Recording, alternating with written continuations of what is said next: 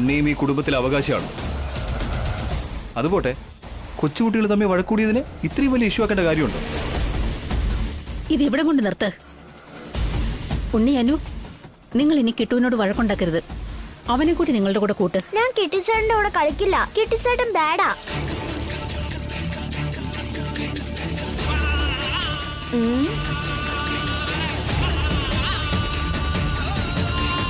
അനു, തെറ്റ്. അങ്ങനെയൊന്നും പറയാൻ പാടില്ല. അവരോട് സോറി പറയേ. ഞാൻ പറയില്ല. അനു, അനു, കൊച്ചുങ്ങളെ നന്നായിട്ട് വളർത്തിയിട്ടുണ്ട് ചേച്ചി. ഇവള് മാത്രമാണോ ഇങ്ങനെ, അതോ മൂത്തവളും ഇങ്ങനെ തന്നെ? അനുവിന് വേണ്ടി ഞാൻ സോറി പറയാ ചേട്ടാ. നിന്റെ സോറി ഒന്നും എനിക്ക് കേൾക്കണ്ട. ചെയ്യേണ്ടതെല്ലാം ചെയ്തിട്ട് അവസാനം എന്തിനാ സോറി പറയാന്നേ? എനിക്ക് നന്നായിട്ട് വിശക്കുന്നുണ്ട്. തിന്നാൻ വല്ലതും ഉണ്ടെങ്കിൽ താ. ഭാവനെ, അവർക്ക് ഫുഡ് കൊടുക്ക്.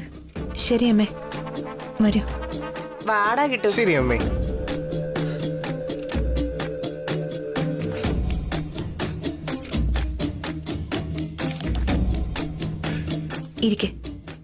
ഇരിക്കെ ദമയന്തി.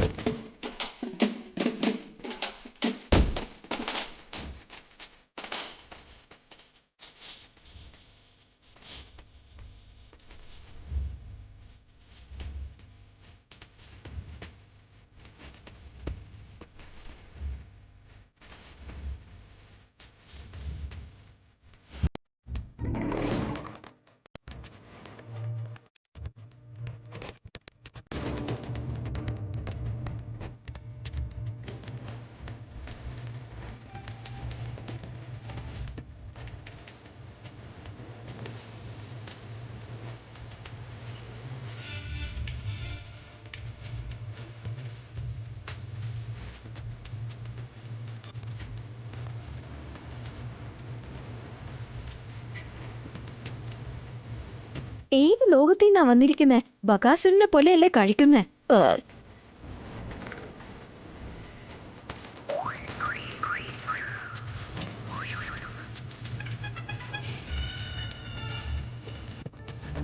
ഏട്ടാ, ഓഫീസിൽ പോകാൻ ടൈമായി.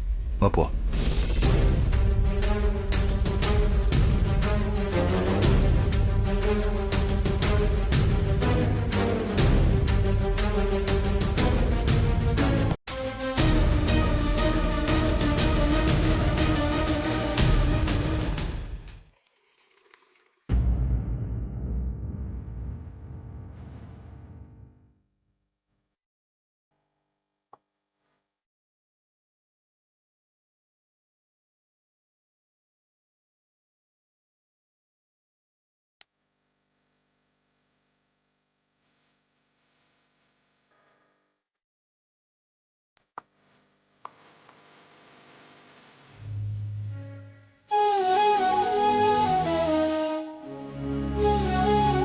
സോറി വസുന്ധര. എന്തിനാ ഏട്ടാ? കുറച്ചു മുമ്പ് ദമയന്തി തന്നോട് അങ്ങനെയൊക്കെ സംസാരിച്ചില്ലേ? തന്റെ മനസ്സ് ഒരുപാട് വിഷമിച്ചിട്ടുണ്ടാവും വസുന്ധര. അതിന് കുഴപ്പമില്ല ഏട്ടാ. കുട്ടിക്കാലം മുതലേ അവൾ ഇങ്ങനെ തന്നെ. ഒന്നും മനസ്സിൽ വെച്ചേക്കില്ല. നേരെ മുഖത്തോക്കി അങ്ങ് പറഞ്ഞാളെ. മനസ്സിലായ ഏട്ടാ. അവളെപ്പറ്റി താൻ ഇനിയും കുറച്ച് കാര്യങ്ങൾ കൂടി മനസ്സിലാക്കാനുണ്ട്. ഇളയമ്മയുടെ കുടുംബത്തിൽ ഒരുപാട് സ്വത്തുക്കളൊന്നുമില്ല. ഇവൾ ഒറ്റ മോളാ. അതുകൊണ്ട് അവര് ദമയന്തിയെ നല്ല കൊഞ്ചിച്ച വളർത്തിയിരിക്കുന്നത്. കല്യാണം കഴിഞ്ഞിട്ട് അവൾ സ്വസ്ഥത അറിഞ്ഞിട്ടില്ല. എല്ലാ ദിവസവും ഭർത്താവായിട്ട് പ്രശ്നം തന്നെ. അതിനെക്കുറിച്ച് അമ്മ എപ്പോഴും പറഞ്ഞ് വിഷമിക്കുമായിരുന്നു. ഭർത്താവ് ഉപേക്ഷിച്ച് പോയതുകൊണ്ട് വേറെ വഴിയില്ലാതെ ഇങ്ങോട്ട് വന്നേ. ഏട്ടൻ ഇത്രയൊക്കെ പറയേണ്ട ആവശ്യമൊന്നുമില്ല. ദമയന്തിയുടെ അവസ്ഥയൊക്കെ എനിക്ക് മനസ്സിലാക്കാവുന്നതേ ഉള്ളൂ. എന്നാ ദമയന്തി അവൾ ആരെയും മനസ്സിലാക്കില്ല. അവളുടെ ഇഷ്ടത്തിന് വായി വരുന്ന എല്ലാം വിളിച്ചു പറയും. ഞാൻ അതൊക്കെ അഡ്ജസ്റ്റ് ചെയ്തോളാം. ഏട്ടൻ വെറുതെ ടെൻഷൻ ആകണ്ട. അതല്ല, ഇപ്പോൾ തന്നെ താൻ കാർത്തിക കാരണം ഒരുപാട് ബുദ്ധിമുട്ടുവാ. ഇനി ദമയന്തിയും കൂടെ തന്നെ ഇങ്ങനെ കഷ്ടപ്പെടുത്താൻ തുടങ്ങിയ. കാർത്തിക എനിക്ക് അനീതിയാണെങ്കിൽ ദമയന്തി എനിക്ക് ചേട്ടത്തിയാ. കാർത്തികയെ ഞാൻ എങ്ങനെ നോക്കുന്നോ അതുപോലെ തന്നെ ദമയന്തിയെ ഞാൻ നോക്കിക്കോളാം. കാർത്തികയുടെ കാര്യത്തിനേക്കാൾ കുറച്ച് കൂടുതൽ ക്ഷമയും സഹനവും തനിക്ക് ദമയന്തിയുടെ കാര്യത്തിൽ വേണ്ടിവരുമെന്ന് എനിക്ക് തോന്നുന്നത്. അതെല്ലാം ഞാൻ നോക്കിക്കോളാം എന്നല്ലേ ഏട്ടനോട് പറഞ്ഞത്. താൻ നോക്കില്ലെന്നല്ല ഞാൻ പറഞ്ഞത്. അമ്മയ്ക്കാണെങ്കിൽ ദമയന്തിയുടെ ഒരു പ്രത്യേക സ്നേഹമാണുള്ളത്. ഞങ്ങൾ 3 മക്കൾ ആൺകുട്ടികളല്ലേ, അതുകൊണ്ട് ദമയന്തിയെ തൻ്റെ സ്വന്തം മകളെ പോലെ അമ്മ സ്നേഹിക്കുന്നത്. അറിയാം ഏട്ടാ. ഏട്ടൻ എന്തിനാ ഇങ്ങനെ വിഷമിക്കുന്നേ?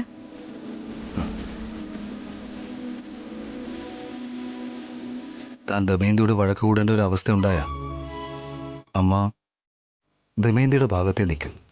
ഞാൻ ദമയന്തിയായിട്ട് വഴക്കുണ്ടാക്കാനൊന്നും പോയില്ല, മനസ്സിലായോ? തന്നെ ആരെങ്കിലും എന്തെങ്കിലും പറഞ്ഞാൽ എനിക്കത് താങ്ങാൻ കഴിയില്ല. പക്ഷേ ഇപ്പോൾ തൻ്റെ ക്ഷമയും എൻ്റെ ക്ഷമയും ദമയന്തി പരീക്ഷിച്ചുകൊണ്ടിരിക്കുക.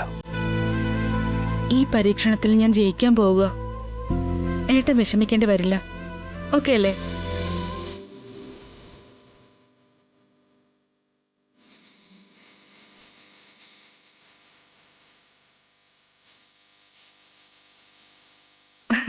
എന്തായിട്ട് അങ്ങനെ നോക്കുന്നേ? ഞാനും തൻ്റെ ക്ഷമയെ ഒരുപാട് പരീക്ഷിക്കുന്നുണ്ടല്ലേ. അന്ന് സ്വത്തുക്കളെല്ലാം കൊടുക്കുകയും ബന്ധുക്കളെല്ലാം ചേർത്ത് വയ്ക്കുകയും ചെയ്തു. ഞാൻ ഏട്ടൻ്റെ ഭാര്യയല്ലേ. ഏട്ടൻ എന്ത് ചെയ്താലും അതിൽ എനിക്കൊരു പങ്കുണ്ട്. അതല്ല, ഓരോ പ്രാവശ്യം ഞാൻ തന്നെ ബുദ്ധിമുട്ടിക്കല്ലേ. ഞാൻ അങ്ങനെയൊന്നും കരുതിയിട്ടില്ല. എല്ലാവരും സ്വന്തം കാര്യം നോക്കുന്ന ഈ കാലത്ത് അത്യാഗ്രഹമില്ലാതെ സഹോദരങ്ങൾക്ക് സ്വത്ത് പങ്കിടാനുള്ള സ്വഭാവം ആർക്കാ ഉള്ളത്? ബന്ധുക്കളെ ബുദ്ധിമുട്ടിലായിരിക്കുമ്പോൾ അവരെ ശ്രദ്ധിക്കാതെ പോകുന്ന ഈ കാലത്ത് അവരുടെ കണ്ണീര് തുടയ്ക്കാൻ പോകുന്നത് ആര് ചെയ്യും ഏട്ടാ? സ്വത്തിനേക്കാൾ ബന്ധുക്കളാണ് വലുതെന്നും വേദനകളെ ഉത്തരവാദിത്വമായി കാണാനും ആർക്ക് പറ്റുമോ ഏട്ടാ? അങ്ങനെയുള്ള വലിയ കാര്യങ്ങളാണ് ഏട്ടൻ ചെയ്യുന്നത്. ഏട്ടനെ പോലൊരു നല്ല മനുഷ്യന് തുണയായിരിക്കുന്നത് ഭാര്യയായ എൻ്റെ കടമയാണ്. ഏട്ടൻ്റെ പിന്നാലെ എപ്പോഴും ഞാനുണ്ടാവും. ഞാൻ ഒരിക്കലും ഏട്ടനെ കൈവിടില്ല.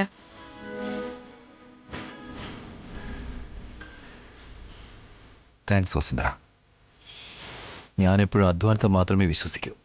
ഫസ്റ്റ് ടൈം താൻ എനിക്ക് ഭാര്യയായി വന്നപ്പോൾ ഞാൻ ഭാഗ്യമുണ്ടെന്ന് വിശ്വസിച്ചു. താൻ എൻ്റെ ജീവിതത്തിലുള്ളത് എൻ്റെ ഏറ്റവും വലിയ ഭാഗ്യമാണ്.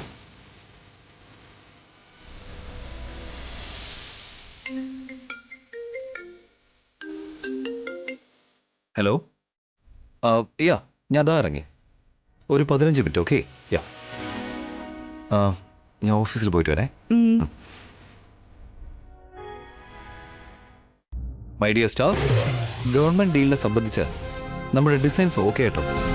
ടെൻഡർ നമുക്ക് തന്നെ കിട്ടിയിരിക്കുക.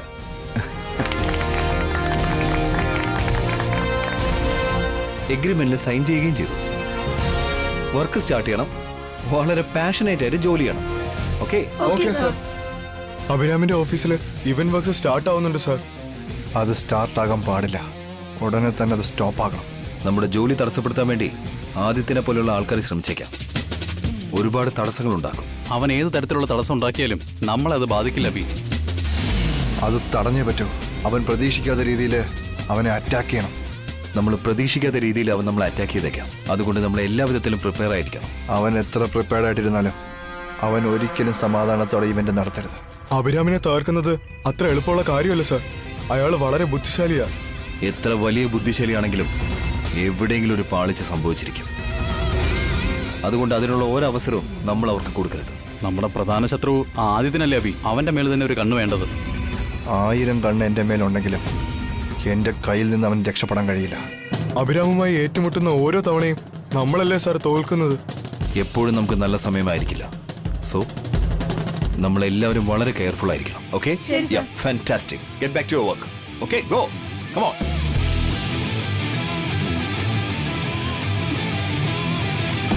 നമ്മുടെ പ്ലാൻ ആരംഭിക്കാം. ഞാൻ പറഞ്ഞതുപോലെ ചെയ്യാം. Okay sir.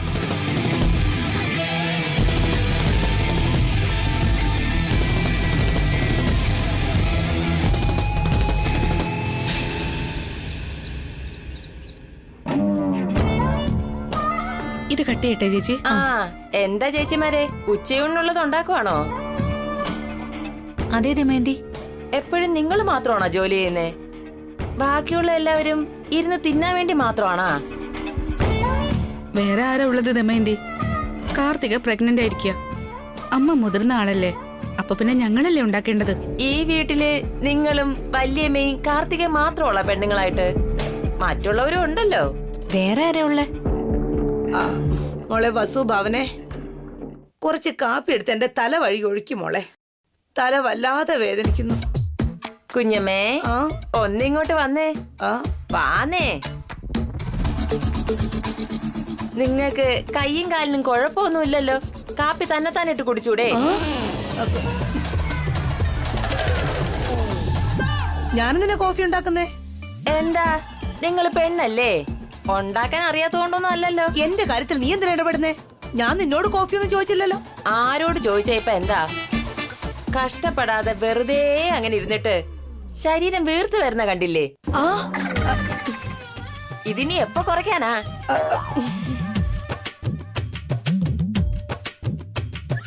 ഞാൻ എങ്ങനെ ഇരുന്ന നിനക്കെന്താ? നിന്റെ ആഹാരാണോ ഞാൻ തരുന്നേ? ആ ആരുടെ ഭക്ഷണമാണെങ്കിലും ഓസിന് തിന്നാൻ പാടില്ല. ശരീരം വീർത്താലേ ഇല്ലാത്ത അസുഖങ്ങൾ മുഴുവൻ വരും. അതുകൊണ്ട് ഇന്ന് മുതൽ ഈ വീട്ടിൽ നിങ്ങൾ തന്നെ പാചകം ചെയ്യണം. എനിക്ക് ഭക്ഷണം ഉണ്ടാക്കാൻ അറിയില്ലല്ലോ. തിന്നാൻ അറിയാമോ? നിങ്ങളൊരു പെണ്ണല്ലേ, എങ്ങനെ ഉണ്ടാക്കാൻ അറിയില്ല എന്ന് പറയുന്നേ? ഞാൻ ഭക്ഷണം ഉണ്ടാക്കിയ നിങ്ങൾ ആരും കഴിക്കില്ല. ഇന്ന് നിങ്ങൾ ചെയ്യ്, ഞാൻ കഴിച്ചു കാണിക്കാം. എന്റെ ഭക്ഷണം നീ കഴിച്ചാലേ മൊത്തമായിട്ട് മേലോട്ട് പോയി ചേരും. ആ പാചകം ചെയ്ത എന്താ കയ്യിലെ വള ഊരി പോവോ? അത് സൂപ്പറാ ചേച്ചി. ഇളയമെ കൊണ്ട് ആഹാരം ഉണ്ടാക്കി. എന്താടാ നീ പറയുന്നേ? എന്റെ പാചകം എങ്ങനെ ഇരിക്കുന്നു നിനക്കറിയാലോ. ഇതാ നോക്ക്, കാർത്തികയുടെ പാചകത്തെക്കാൾ വളരെ മോശമായിരിക്കും എന്റെ പാചകം. നോക്ക്, എങ്ങനെ ഉണ്ടെങ്കിലും ഞാൻ കഴിക്കാന്ന് പറഞ്ഞില്ലേ? സാരമില്ല ദമയന്തി, പാചകം ചെയ്യാൻ ഞങ്ങൾ ഇവിടെ ഉണ്ടല്ലോ. നോക്ക്, നിങ്ങൾ രണ്ടുപേരും അങ്ങോട്ട് മാറി നിക്ക്. ഇന്ന് കുഞ്ഞമ്മ തന്നെ ഭക്ഷണം ഉണ്ടാക്കും. എന്നോട് ഇങ്ങനെയാണോടി പ്രതികാരം തീർക്കുന്നേ? ആദ്യത്തെ ദിവസം നിനക്ക് എന്നെ കിട്ടുള്ളൂടി. മോളെ കാർത്തികേ, നീയെങ്കിലും ഒന്ന് സപ്പോർട്ട് ചെയ്യടി. ഈ സമയത്ത് ആന്റിയെ സപ്പോർട്ട് ചെയ്യുന്നതിനേക്കാളും നല്ലത് ദമയന്തി ചേച്ചിയെ സപ്പോർട്ട് ചെയ്യുന്നതാ നല്ലത്. അവളെന്തോന്ന് പറയാനാ? ഞാൻ പറഞ്ഞത് കേട്ടില്ലേ? നിങ്ങൾ ഇന്ന് പാചകം ചെയ്തേ പറ്റൂ. പാവം ദമയന്തി ചേച്ചി ഇത്ര റിക്വസ്റ്റ് ചെയ്യല്ലേ, പാചകം ചെയ്തു കൊടുക്ക്.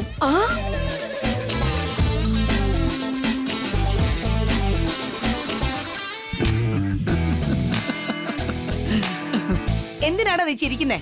ചേച്ചിയുടെ രൂപത്തില് കറക്റ്റ് ജോഡി ഇളമയ്ക്ക് കിട്ടിയിരിക്കുന്നത്. നോക്ക്, ഇത്രയും നാളെ എന്നെ പോലെ ആരും പറയാനില്ലാതെ കൊണ്ടാ കുഞ്ഞമ്മ ഇങ്ങനെയൊക്കെ ആയത്.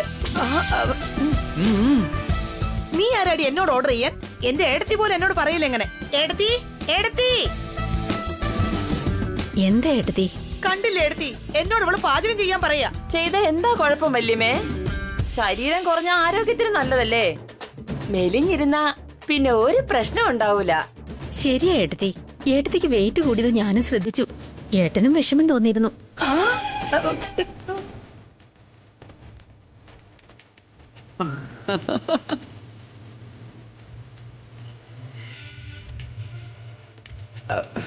എന്നെ കല്യാണം കഴിപ്പിക്കാൻ അറിയില്ല, സഹതപിക്കാൻ മാത്രമേ അറിയൂ. ദമയന്തി പറഞ്ഞതും ഏട്ടത്തിയുടെ നല്ലതിനു വേണ്ടിയല്ലേ. പാചകത്തിൽ സഹായിക്കേ. ഞാൻ പാചകം ചെയ്താൽ നിങ്ങൾ കഴിക്കില്ല ഏടത്തി. എല്ലാവരും കഴിക്കും. അടുത്തൊന്നും ഞാൻ എല്ലാം പറഞ്ഞുതരാം. നോക്ക്, നിങ്ങൾ എല്ലാരും പുറത്തേക്ക് പോയേ. പാവം ഇളയമ്മ വെറുതെ എന്തിനാ ബുദ്ധിമുട്ടിക്കുന്ന ദമയന്തി? നോക്ക്, ജോലി ചെയ്തില്ലെങ്കിലേ കുറച്ച് കഴിയുമ്പോ കുഞ്ഞമ്മേ ഒരുപാട് കഷ്ടപ്പെടേണ്ടി വരും. അല്ലടി, നിനക്ക് എന്നോട് സ്നേഹമാണോ അല്ലെങ്കിൽ വേറെ വൈരാഗ്യമുണ്ടോ? അവൾക്ക് എന്തിനാ ഏട്ടത്തിയോട് പക തോന്നുന്നേ? അവൾ പറയുന്നത് കേൾക്ക്. ഭാവനെ, വസു, കാർത്തികേ, വാ, ഏട്ടത്തി ജോലി ചെയ്യട്ടെ. All the best aunty. മോളെ, മോളെ കാർത്തികേ, എനിക്ക് ഗതി വന്നല്ലോ. എല്ലാരും ചേർന്ന് എന്നെ ദ്രോഹിക്കുക. ഞാൻ കുഗ്രാമത്തിൽ നിന്ന് വന്നവളാ. എന്റെ ഭക്ഷണ രീതി എങ്ങനെയാണെന്ന് ഞാൻ നിങ്ങൾക്ക് പറഞ്ഞുതരാം. ഇനി തുടങ്ങിക്കോ.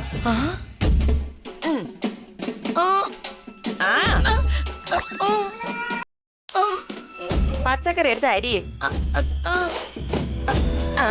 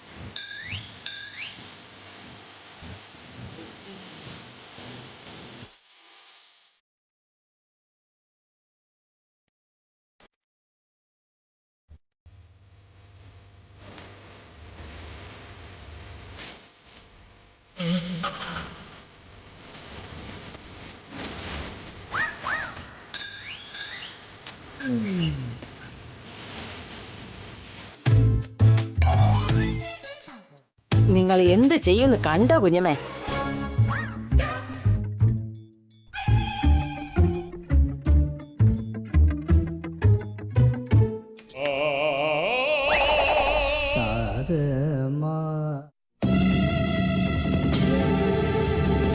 അടുപ്പിരിക്കുന്ന തോരനൊന്ന് ഇളക്ക കുഞ്ഞമ്മേ. ആ ഇളക്കിക്കോളാം.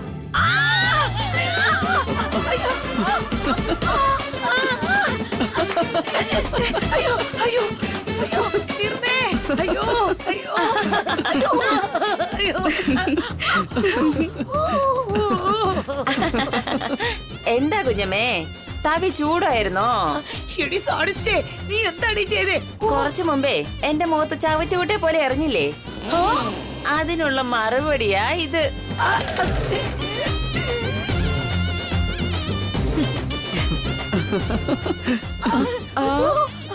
എന്തു പറ്റി? എന്തിനാ എല്ലാരും ചിരിക്കുന്നേ? ഇളമയുടെ കൈ പൊള്ളി അമ്മേ. എന്തു പറ്റി ഏട്ടത്തി? ഇവള് മനഃപൂർവ്വം എന്നെ പൊള്ളിച്ചതാ. ഇല്ല വല്യമ്മേ, കുഞ്ഞമ്മ തിളയ്ക്കുന്ന പരിപ്പേ വെന്തോന്ന് നോക്കാൻ വേണ്ടി കൈ കൊണ്ട് ഇളക്കി നോക്കിയതാ. അയ്യോ അയ്യോ, എന്തിനാ ഏട്ടത്തി കൈകൊണ്ടൊക്കെ നോക്കുന്നേ? തവി കൊണ്ടല്ലേ നോക്കേണ്ടത്? തവി എടുത്തപ്പോഴേ എടുത്തിയെ പൊള്ളിയത്. കുറച്ചുകൂടി ശ്രദ്ധയോടെ ചെയ്യേട്ടത്തി. കൊച്ചുകുട്ടിയൊന്നും അല്ലല്ലോ. അയ്യോ എടുത്തി.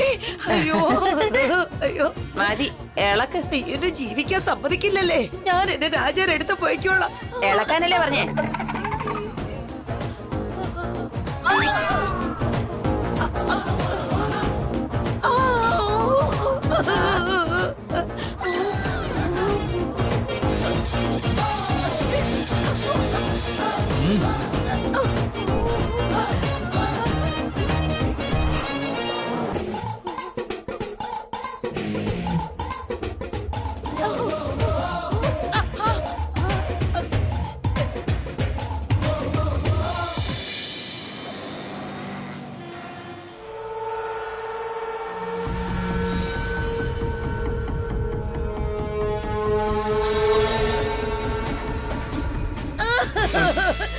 അയ്യോ അയ്യോ, എന്താ പറ്റി?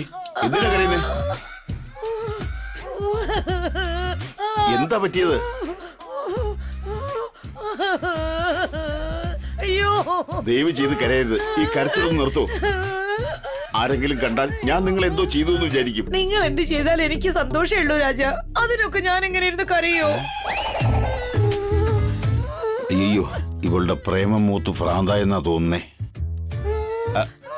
എന്തിനാണ് ഇങ്ങനെ കരയുന്നതെന്നൊന്ന് പറയൂ. എന്റെ രണ്ട് കൈയിലേക്കൊന്ന് നോക്ക് രാജ.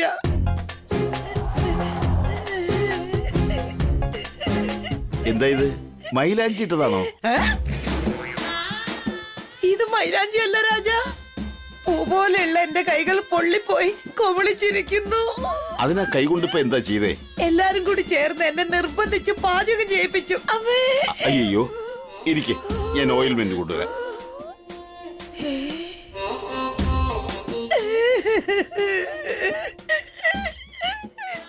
കൈ കാണിക്ക്. ഒന്നുമില്ല, ഇപ്പൊ ശരിയാവും.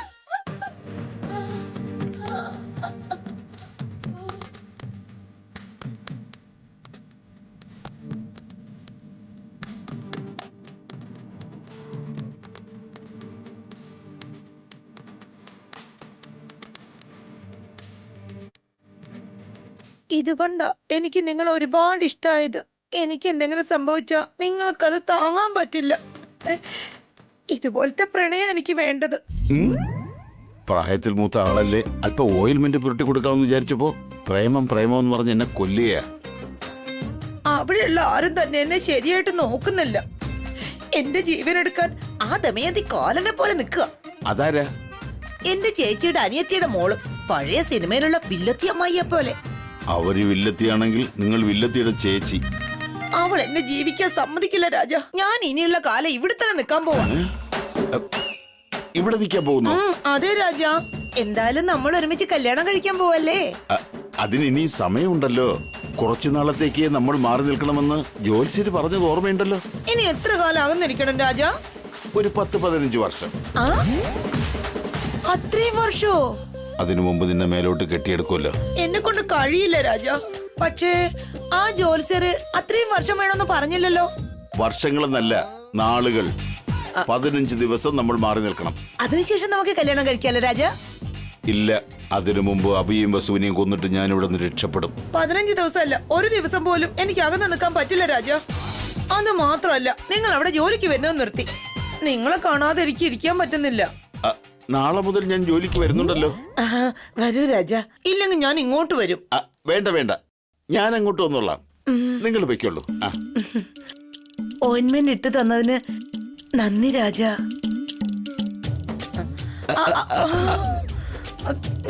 കുറുമ്പൻ, ബൈ. ബൈ. നാളെ തന്നെ വീണ്ടും ജോലിക്ക് പോയി അബിയെയും വസുവിനെയും കൊല്ലുന്നതിനുള്ള പുതിയ പ്ലാൻ ചെയ്യണം.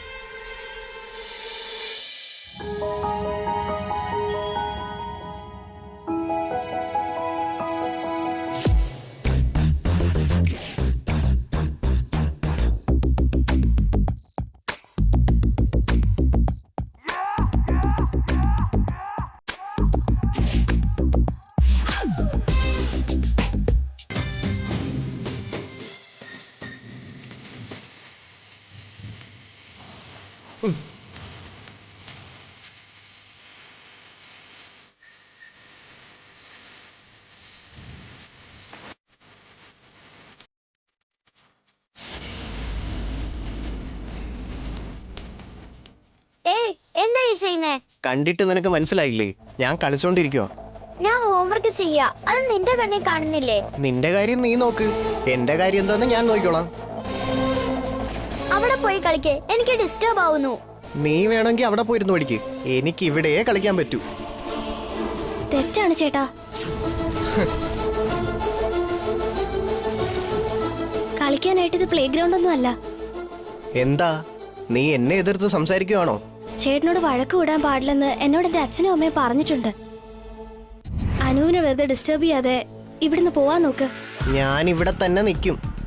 നിനക്ക് എന്ത് ചെയ്യാൻ പറ്റുമെന്ന് വെച്ചാ ചെയ്. എന്തു പറ്റി അനു? കണ്ടില്ലേ അമ്മേ, ഞാൻ ഇവിടെ ഇരുന്ന് ഹോംവർക്ക് ചെയ്യായിരുന്നു. അപ്പൊ കിട്ടിച്ചേട്ടൻ വന്ന് എന്നെ ഡിസ്റ്റർബ് ചെയ്യാ. അനു പഠിച്ചോണ്ടിരിക്കുകയല്ലേ കിട്ടോ. നീ അവിടെ പോയി കളിച്ചോ. എന്തിനാ എന്നോട് ഇവിടെ നിന്ന് പോകാൻ പറയുന്നേ? ഇതെന്റെ വല്യച്ഛന്റെ വീടാ. എന്തിനാ ചേട്ടാ ഇപ്പൊ ദേഷ്യപ്പെട്ട് സംസാരിക്കുന്നേ? സംസാരിക്കും, അതൊക്കെ എന്റെ ഇഷ്ടം. നിർത്ത് കിട്ടോ, അങ്ങനെയൊന്നും പറയാൻ പാടില്ല. അമ്മ വേഗം ഒന്ന് ഇങ്ങോട്ട് വാ, ഇവരെന്നെ വഴക്ക് പറയാണ്.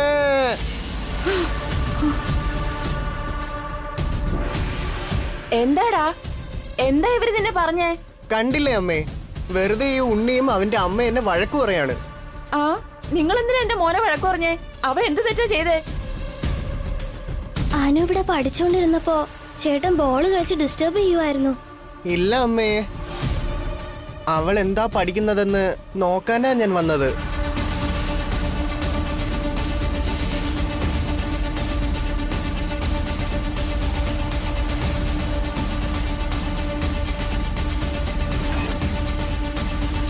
ഇവരാണെങ്കി എന്തിനാ ഇവിടെ വന്നത്, ഇവിടെ നിന്ന് പോന്ന് പറഞ്ഞ് വഴക്ക് പറയുക. എന്താ വസു, കൊച്ചുകുട്ടികളോട് ഇങ്ങനെയൊക്കെയാണോ പറയുന്നേ?